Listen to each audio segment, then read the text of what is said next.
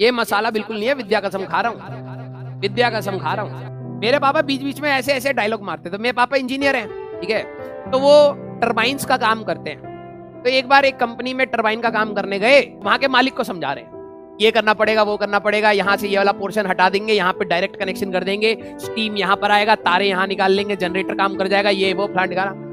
तो जो वहां का मालिक था वो डर गया। वो कह रहा अरे भाई आप यहाँ से भी काट देंगे, यहाँ से भी काट देंगे, तो ये टरबाइन चलेगा कैसे, ये वो, बहुत ज्यादा स्ट्रेस में आ गया। तो पापा ऐसे हमें अपने बता रहे थे। तो पापा ने पता उसको क्या रिप्लाई दिया, कहते एक बात बताइए, इधर आइए। हो गया, कह रहे आप बताइए, आज जब आप कपड़ा सिलवाने जाते हैं दर्जी के पास तो आप घबराते हैं? कहते नहीं, वो कभी कपड़ा इधर से काटता है, इधर से काटता है, इधर से काटता है, आप घबराते हैं, आप रोते हैं? कभी नहीं, बल्कि आप पैसा दे के आते हैं और खुशी खुशी आते हैं। हाँ या ना? हाँ। कह रहे हम इस इंजन के, इस मशीन के दर्जी हैं, हम यहां से काटे वहां से काटे, आपको दुख नहीं होना चाहिए, जब चलेगा तो खुशी मनाइएगा, अभी शांति से साइड में बैठिए, ठीक है। मैंने कहा बाबा वाह क्या डायलॉग मारा। ठीक है, तो बकैती करना उनके मतलब ऐसे ही है, जेनेटिक्स है हमारे में। ऐसी मैं उनको बता रहा था, अब ना जवानी जा चुकी है, अब आप बुढ़े हो चुके हो, तो ज्यादा ना जोश में मत रहा करो। कहते तुम्हें कैसे पता कि अब हम बुढ़े हो गए? मैंने कहा सर पे बाल देखो सारे सफेद हो गए हैं।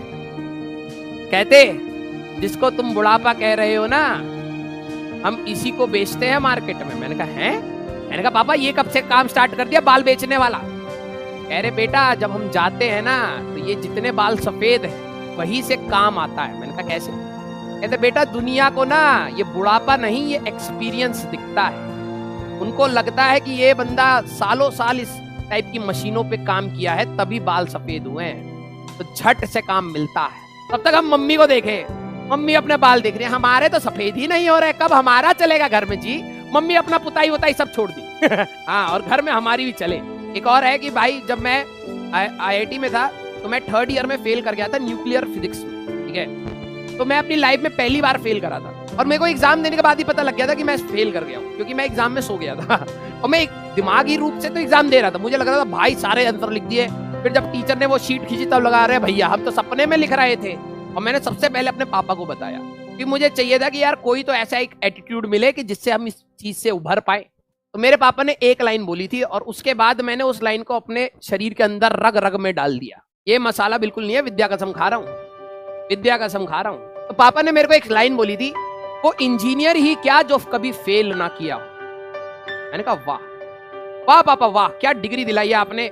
उसके बाद से भाई साहब लगातार फेल हुए हम। मैंने कहा पापा अच्छा इंजीनियर बन रहे हैं, रुकिए रुकिए रुकिए। पापा कह रहे इतना भी अच्छा मत बनिए कि कॉलेज से पार ना हो पाए, थोड़ा सा रोकिए, ठीक है। ये आखिरी वाला मसाला था। लेकिन यस, पापा ने जब ये बात बोली थी बहुत अच्छा लगा। उसके बाद हम निकल गए, कभी फेल नहीं हुए उसके बाद। लेकिन यस, उसको झेलने का एटीट्यूड मिल गया था।